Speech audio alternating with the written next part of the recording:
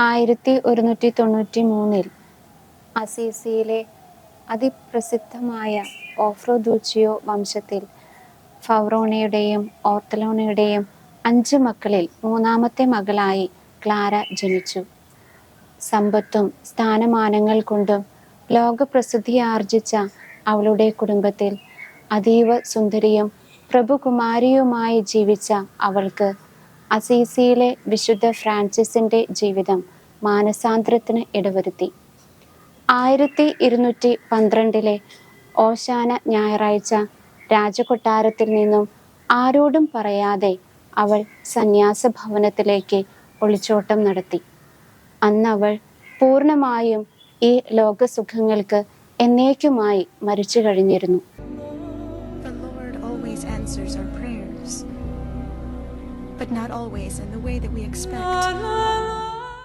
പ്രകാശഗോളമായി കത്തിജ്വലിച്ച അവളുടെ ജീവിതവും പ്രാർത്ഥനകളും അസീസി നഗരത്തെ മുഴുവൻ ശത്രുകരങ്ങളിൽ നിന്നും രക്ഷപ്പെടുത്തി.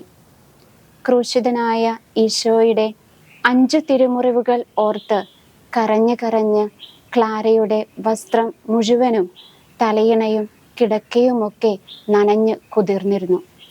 ക്രിസ്തുനാഥനാണ് എൻ്റെ ജന്മാവകാശം, എനിക്ക് മറ്റൊരുവനെ ആവശ്യമില്ല എന്ന് പറഞ്ഞ് മരണത്തിനു വേണ്ടി അതിലൂടെ ഈശോയിൽ അലിഞ്ഞു തീരുവാൻ അവൾ കൊതിയോടെ കാത്തിരുന്നു.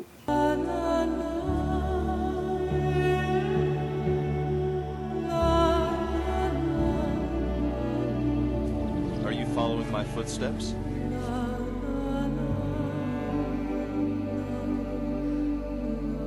Deeper ones.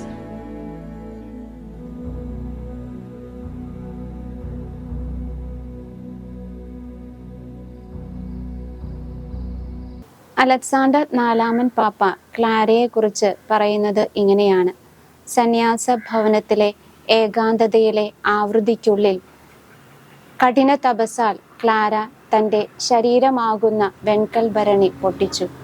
അതിലൂടെ അവളുടെ വിശുദ്ധി ആഗോള സഭയിലേക്ക് നിറഞ്ഞൊഴുകി. മരണവിനാഴികയിൽ ക്ലാര പറഞ്ഞത് ഇങ്ങനെയാണ്: എൻ്റെ ആത്മാവെ, സമാധാനത്തോടെ നിന്റെ നാഥൻ്റെ പക്കലേക്ക് പോവുക.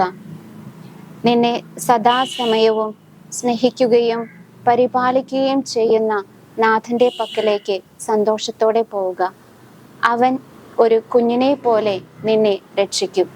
മരണവേളയിൽ യേശുവിൻ്റെ പീഡാനുഭവം കൊണ്ട് അവളുടെ ഹൃദയവും യേശുവിൻ്റെ നാമം കൊണ്ട് അവളുടെ അധരവും നിറഞ്ഞിരുന്നുവെന്ന് തോമസ് സലാനോ സാക്ഷ്യപ്പെടുത്തുന്നു. ശരീരത്തെ മോടിപ്പിടിപ്പിക്കാതെ നിത്യമായ ആനന്ദത്തിലേക്ക് നമ്മെ നയിക്കുന്ന ആത്മാവിൻ്റെ സൗന്ദര്യം കൂടുതൽ തിളക്കമുള്ളതാകാൻ നമുക്ക് ശ്രദ്ധിക്കാം. ഈശോയുടെ തിരുമുറിവുകൾ, ഈശോയുടെ തിരുഹൃദയത്തിലെ അനന്ത സ്നേഹം നമ്മുടെ ആത്മീയ ജീവിതങ്ങളെ കൂടുതൽ ലഹരിയുള്ളതാക്കി തീർക്കട്ടെ.